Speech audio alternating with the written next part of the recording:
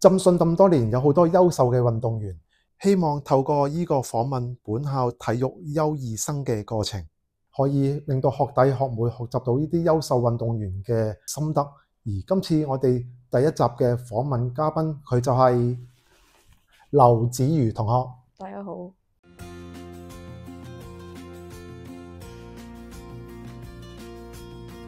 接觸呢個運動係從小學3年班嗰時入咗學校嘅校隊啦。咁我覺得影響我嘅人係我家姐，應該有7年左右啦。咁我覺得因為贏咗呢個比賽，就會覺得好有成就感啦，所以就會想繼續跑落去。目前贏到有學界啦、環山跑同埋越野跑啦。咁主要都係贏學界啦。咁最睇重嘅都係學界。我覺得正面就係每次贏比賽就會好有成就感啦。咁負面就係比賽前就會好大壓力啦，就會好焦慮。好似而家訪問咁樣啊。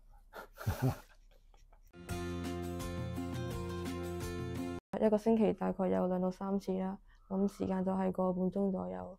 咁如果嗰日有測驗嘅話，就會提前1日去溫習咯。1日。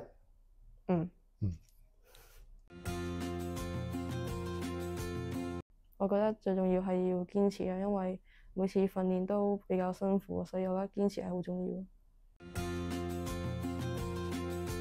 我嘅目標就係破自己 PB 啦，同埋希望可以下年學界呢個第1名。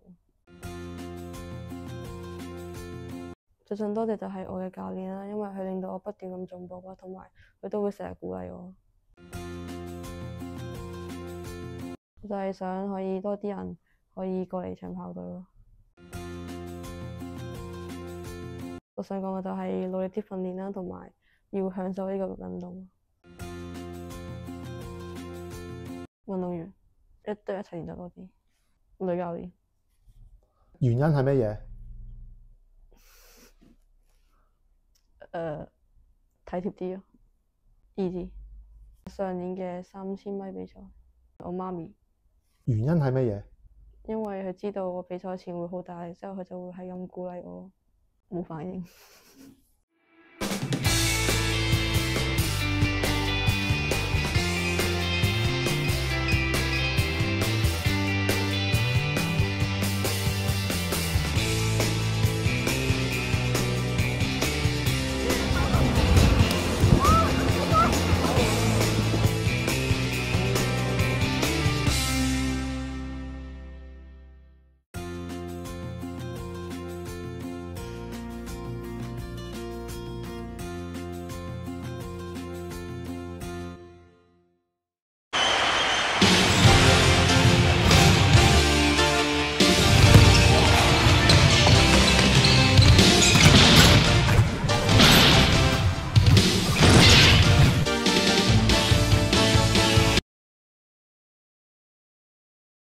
黃 Sir 啊，劉子瑜跟你練習啦，咁你對佢個人有咩睇法呢？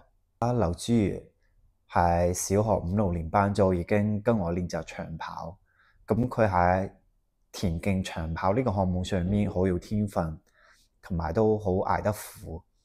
咁佢之前去利用暑假時間跟我去雲南嗰邊進行集訓，咁大家都知道雲南係海拔2000米左右嘅高原，咁佢練得都唔錯啦，翻嚟代表我哋進上中學去參加學界田徑比賽，都突破咗自己，又可以攞到學界田徑嘅第1名。